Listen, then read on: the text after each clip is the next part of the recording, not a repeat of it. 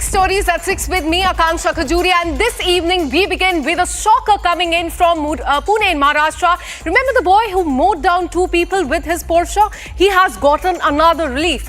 We'll speak to the defense lawyer of this case, and up next, Sare Jahan Se Acha echoes as Shubhanshu Shukla has returned back to the earth. In a temporary respite to Indian nurse Nimisha, her execution has now been postponed. Also, S. Shankar is in China, where he met with his counterpart. We will tell you what he said there. And Tesla has opened the first showroom in the country, entering India after much back and forth in the last few years. And finally, King Charles III met with our cricket team in England, and we will show you the visuals that have come in from there. Let's get started.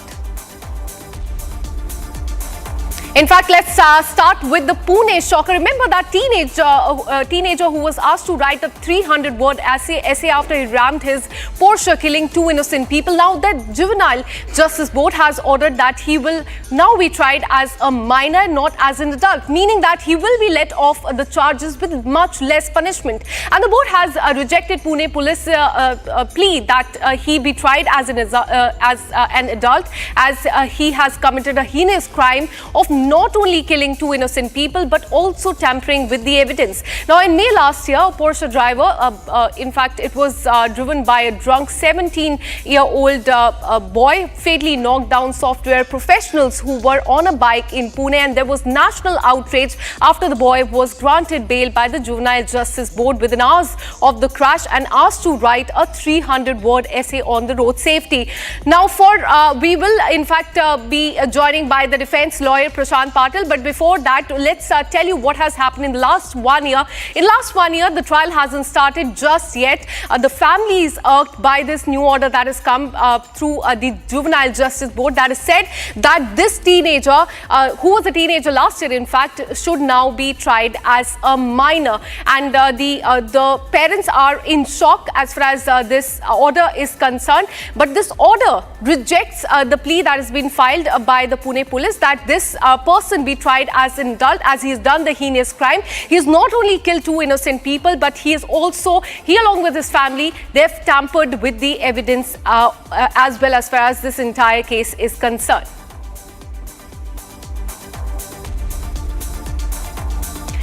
In fact, we've been taking you through what has happened in the last 1 year. There have been several attempts to cover up, and we've been telling you what has happened. Driver was falsely named by the family. In the last 1 year, there was a bit to cover up the investigation in this case as well. And those there on the screen, you can see those are the 2 people who lost their life.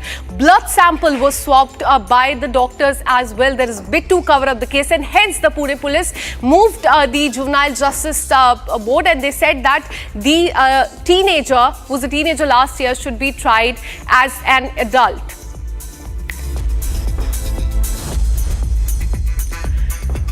In fact, now this plea has been rejected by the Juvenile Justice Board, which has said that, in fact, this boy will have to be tried as a minor, which means that he will be let off the charges with a very less punishment is what we are learning. We've been speaking to the family members that they're not happy with this recent order that has come in, because not just this, in the last 1 year, there's been several attempts to, in fact, hide a lot of things as far as this case is concerned.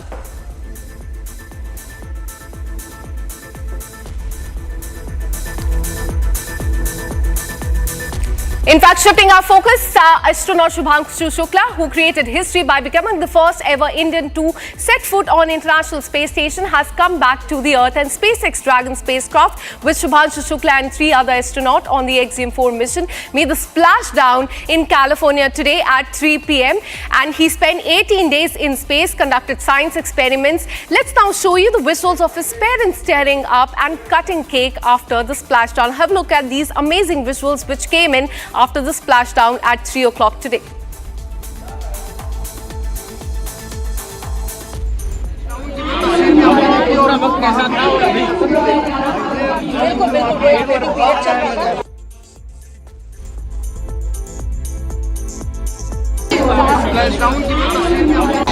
Congratulations, Team Axiom.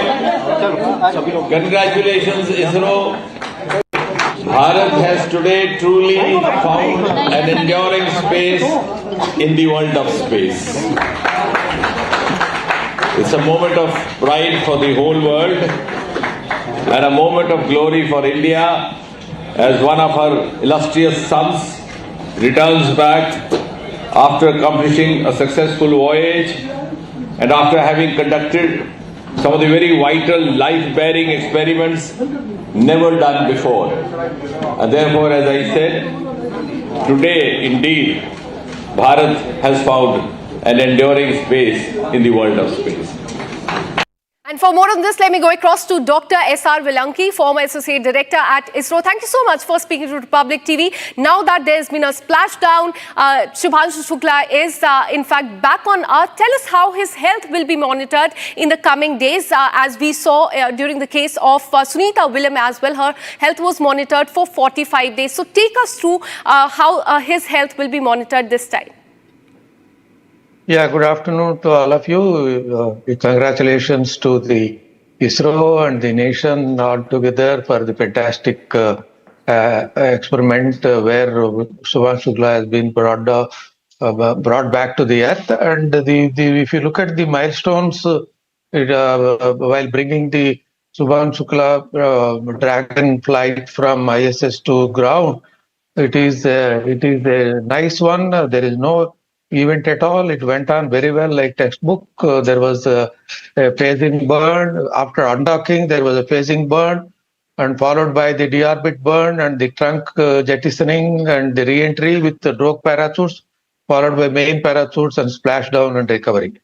And the moment they brought down to the, let us say, the Californian coast of San Diego, and all the crew members will be moved to the quarantine room. Actually, they will be quarantined for a week, and before quarantining them, the preliminary health checks will be carried out by the doctors, panel of doctors, and then they will be put in the quarantine room. And in the meanwhile, during that process, they will come to know how to, let us say, bring their normal life when the gravity is present. These are the activities going to be there. And health is concerned because their stay was only 18 days.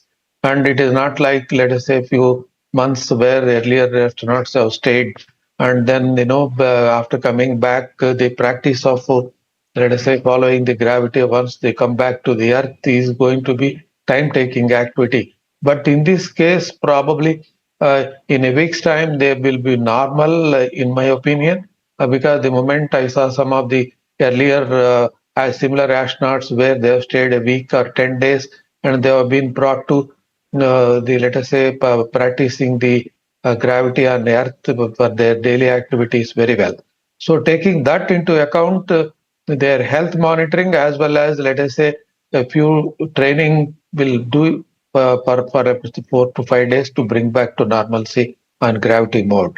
His health is concerned because they are subjected to the microgravity, the muscles, the cardiovascular system, the bone, the effects point of view. The study will be made, and then they have carried some experiments there related to the diabetes and as well as the Voyager displays. The Voyager displays are nothing but the dashboards related to the let us say ISS and many other things, where on the microgravity, your let us say inference and let us say understanding the system, are there going to be any difference between the presence of gravity and non-microgravity? Those things were already done there.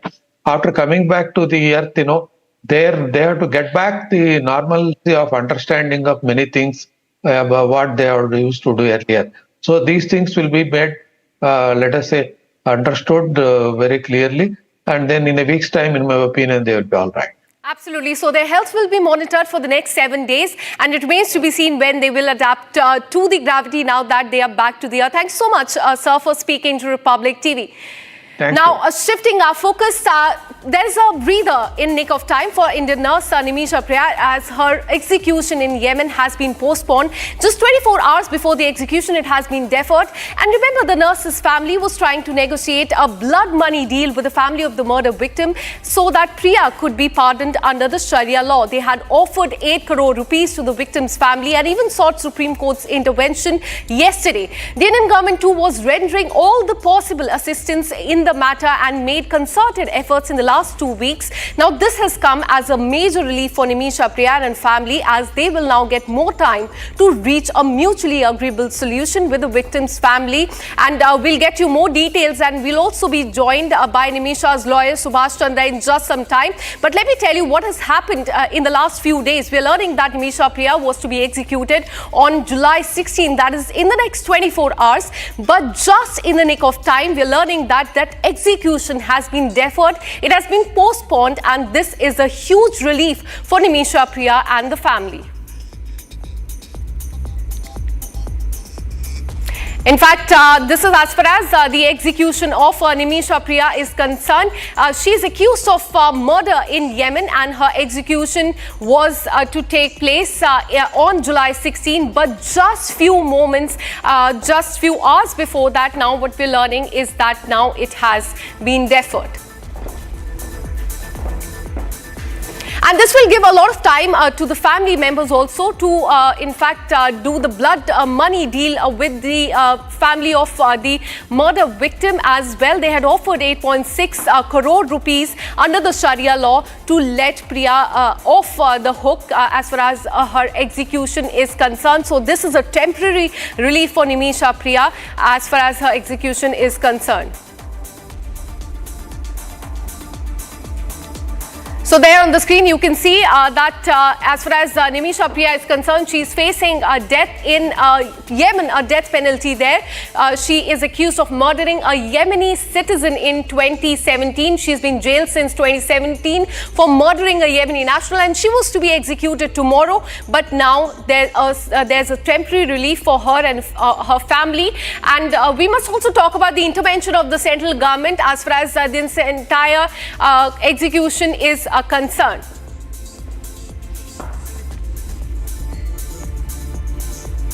Now let me go across to, in fact, lawyer advocate Subhash Chandra, who joins us live in the broadcast with more details. Advocate Subhash, you are representing Nimisha Priya in the case. There's a temporary relief that will give time to the family to settle the case with that of the victim's family. Tell us and give us your first reaction to this. First of all, we would like to thank of Yemen, the people of Yemen, the administration and the judicial system of Yemen for granting more time for staying this and granting more time to the family of Miss Nimisha Priya for the blood money negotiation. So we are also expressing our thanks to the government of India and the Grand Mufti Mr.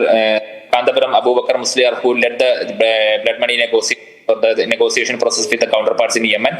So we are hopeful now. We can convince the victim's family, and we can have a proper fruitful negotiation with the victim's family and save Nimisha Priya. Absolutely. This is a temporary respite for the family. Now, in fact, you have offered 8.6 crore rupees as blood money to the victim's family. Have they accepted it till now? Because the ball is in the court of the family only. So give us update on that as well. No, that was a offer from Samuel Jerome. We have not offered any official amount yet because the family has not come till yesterday. Even yesterday, the victim's family has not come to the negotiation table. And with the intervention of the Grand Mufti, Mr. Kandapuram Abu Bakar Musliar, we could make a hotline with the victim's family, and with the help of some Muslim clerics from Yemen also. They supported us, and some senior officials from the Yemeni government and the judicial officers from Yemeni government. they also supported us for to establishing a hotline for the victims' family. So yes, there were some negotiations yesterday, and today morning also we had a negotiation with the victim's brother, and but we will have to convince the entire family. According to Sharia law, a single person cannot take a decision on the blood money issue. The entire family has to come together and accept it.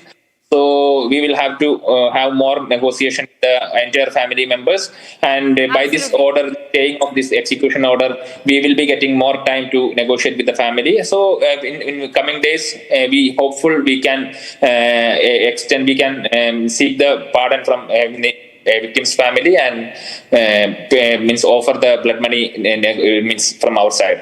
Absolutely. So temporary relief to the Indian nurse, Nimisha Priya. Thank you so much for speaking to Republic TV. Now, shifting our focus, External Affairs Minister Dr. S. Jaishankar has visited China for the first time since 2020, attending the SCO Foreign Ministers meeting. And his visit follows that of Defence Minister Rajnath Singh, who was in China just a few weeks earlier. And the diplomatic engagements come at a time when both India and China appear to be exploring avenues for stabilizing their strained relationship. Now, during this visit, Minister Jaishankar held a discussion with Chinese Foreign Minister Wang Yi and also met with the President as well. And in his talk, S. Jaishankar emphasized that India and China relationship must be anchored in mutual respect and mutual interest, also adding that the differences between the two countries should not escalate into disputes. In fact, Chinese Foreign Minister also referred to the bilateral relationship as the dragon-elephant dance, advocating for greater trust between the two sides rather than suspicion. He also underlined that India and China relationship should be shaped independently without the influence of any third country. Listen in. And major economies in the world today, there are various facets and dimensions of our ties. Measures towards normalizing our people-to-people exchanges can certainly foster mutually beneficial cooperation. It is also essential in this context that restrictive trade measures and roadblocks are avoided. I hope to discuss these issues with you in further detail.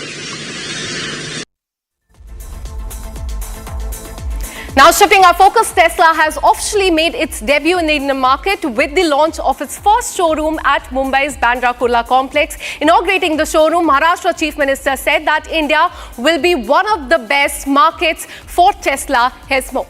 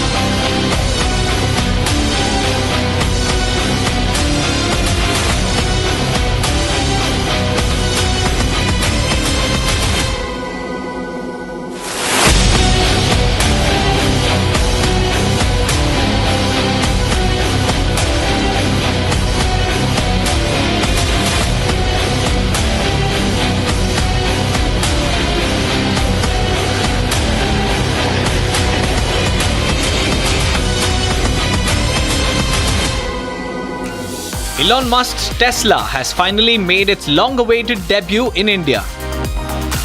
The EV maker has opened its first showroom in Mumbai's Bandra Kurla complex. Tesla has begun its India journey with the Model Y SUV. It is offering two variants to Indian buyers, Model Y rear-wheel drive for Rs 60 lakh and Model Y long-range RWD for 68 lakh rupees. This is a major milestone for Elon Musk, entering the world's third largest car market after years of back and forth. At the showroom launch, Maharashtra Chief Minister expressed confidence that India will emerge as one of Tesla's strongest markets.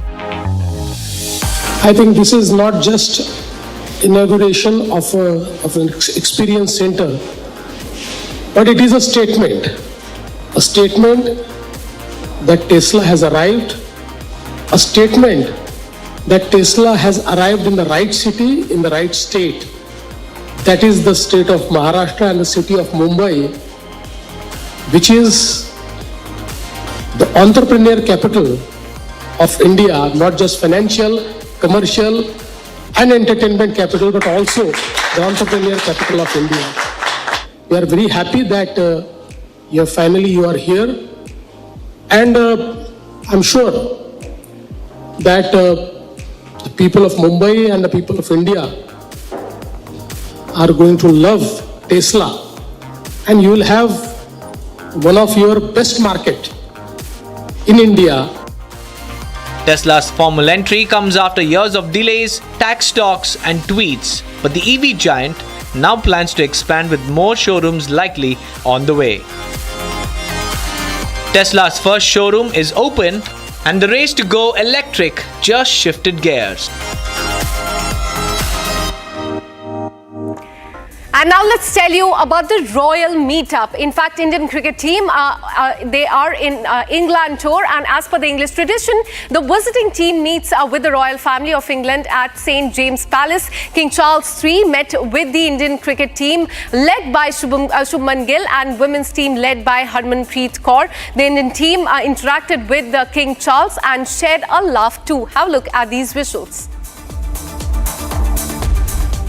I hope he doesn't interrupt the training. Just finished a match yesterday, so it was. And I saw it on the news. He scored a sensational motor punch, wasn't it? The ball, didn't it spin? And then went and hit the. It's a game of cricket. I remember that terrible feeling. Sick. Anyway, I'm sure you're going to do it.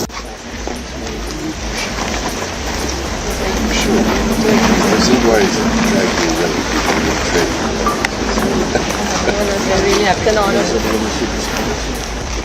And this is what we could pack for you in this bulletin of 6 at 6. We'll be back tomorrow with more such stories. Till then, keep watching Republic TV.